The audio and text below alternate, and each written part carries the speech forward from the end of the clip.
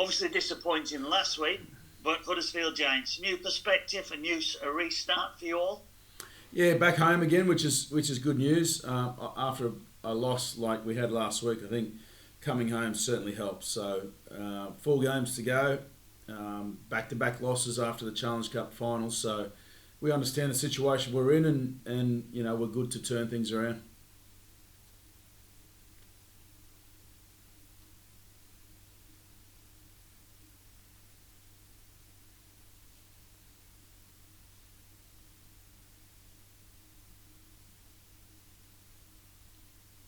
Couple of frozen screens there, guys. I can't hear if you're asking a question, but maybe you can continue, Drew. How are you, mate? Hi, Lam, are you okay? Very good. How you going? I'm good. So just reflecting back on last week slightly in the past couple of weeks, you feel like that's out of your system now, and you're ready to kind of you've had your celebrating and your partying, and deservedly so as well. But you kind of anticipated that couple of weeks where you'd be a little bit off it. Yeah. Do you think that's out of your system now? Well, let's hope it's out of our system. All we can do really is respond to that performance from last week. Uncharacteristic of who we've been this year. It certainly hasn't been us in any way whatsoever. So I think a little bit of honesty at the team meeting at the start of the week, and we need to just respond now and turn things back around.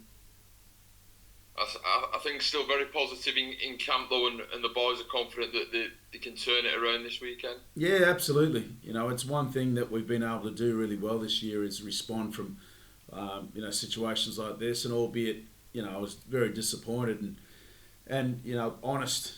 Like I said in the meeting at the start of the week, just to make sure that we could tick that box and move on. So, I'm sure you'll see a different team this week.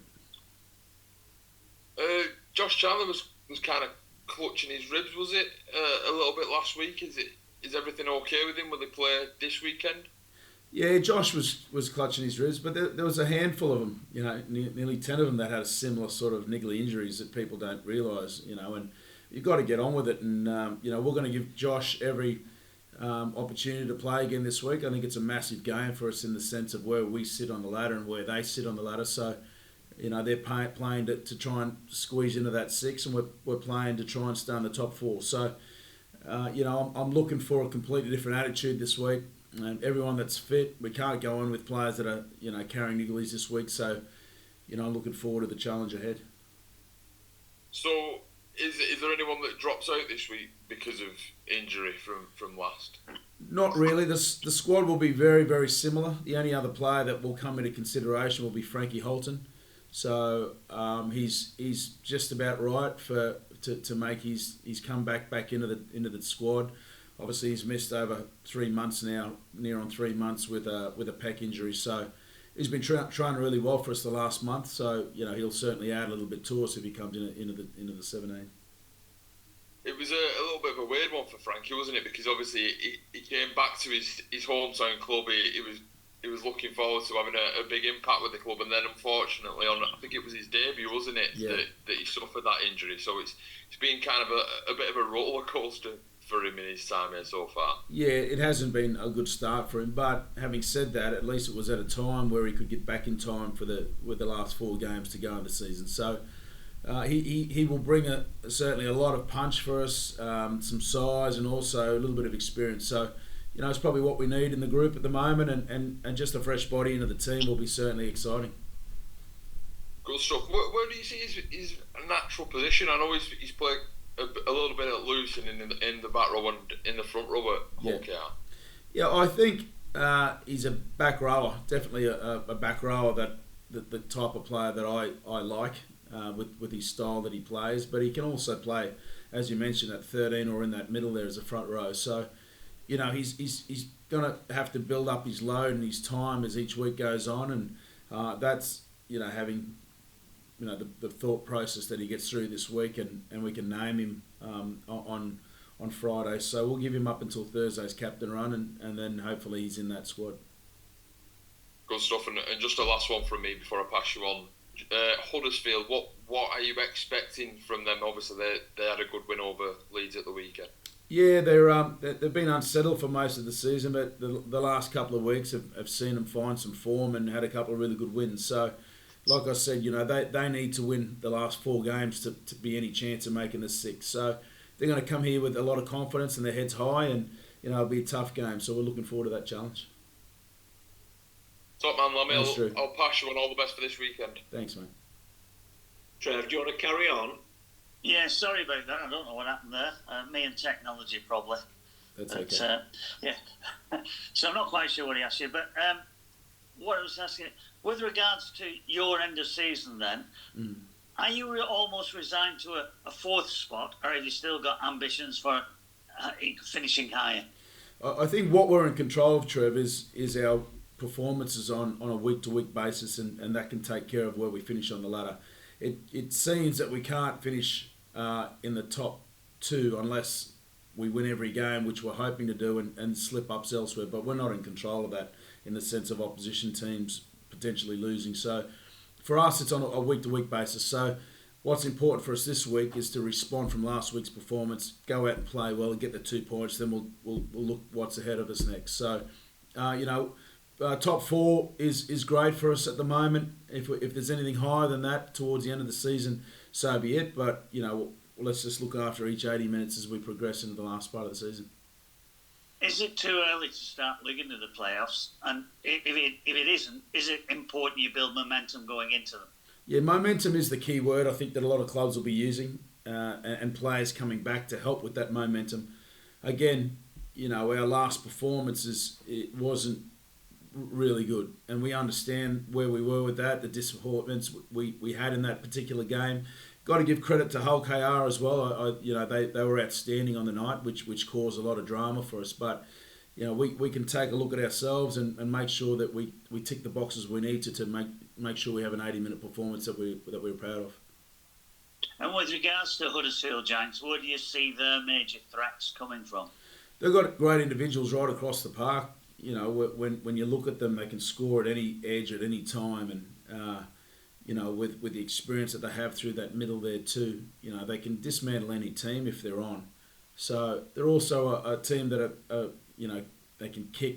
Their tries from kicks are probably up in the top 2 or 3 in Super League. So not only have we got to defend the shots, but we'll have to defend the kicks, and we've done some work on that this week, and I'm sure that'll put us in good stead.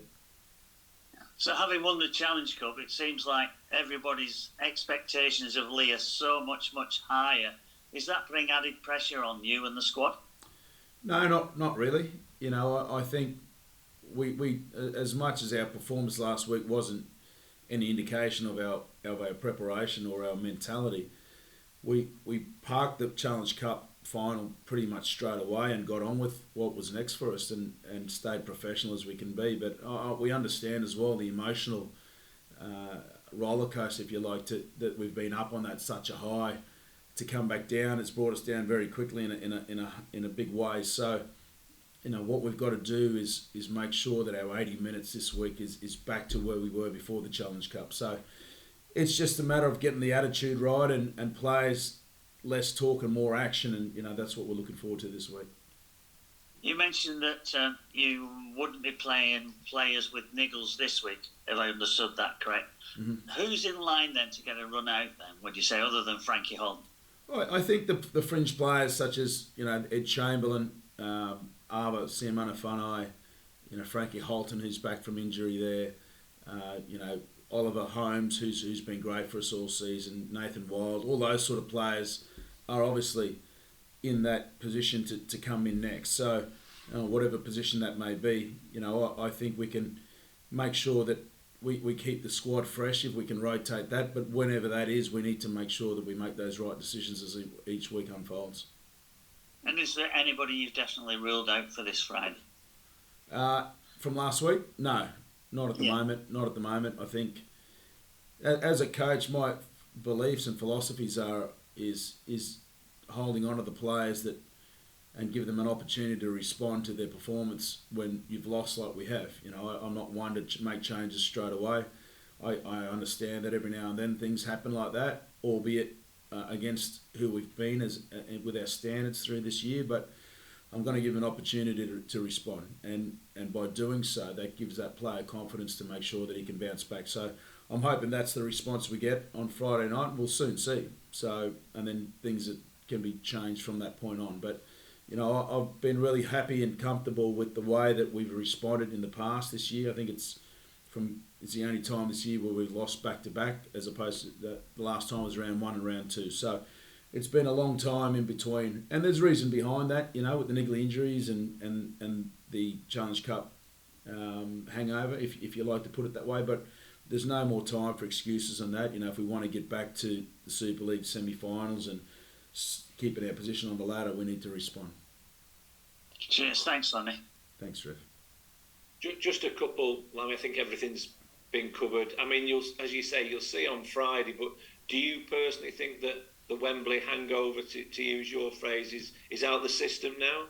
Well, I'm hoping so, Trevor. I won't know that until we play on Friday night. Obviously, I thought it was over the week before, but, you know, it seemed like a delayed sort of emotional down for them, having to travel up there and spend the day up there, and certainly got a lesson from a team that was very classy, and, you know, I'm sure they'll get a lot of confidence out of that whole KR moving forward for their rest of the season, because they're on the fringe of the finals as well. So, but it's in our hands now. I've given the players an opportunity to respond, and they've got opportunity to play well and secure their positions for the rest of the season, what's left.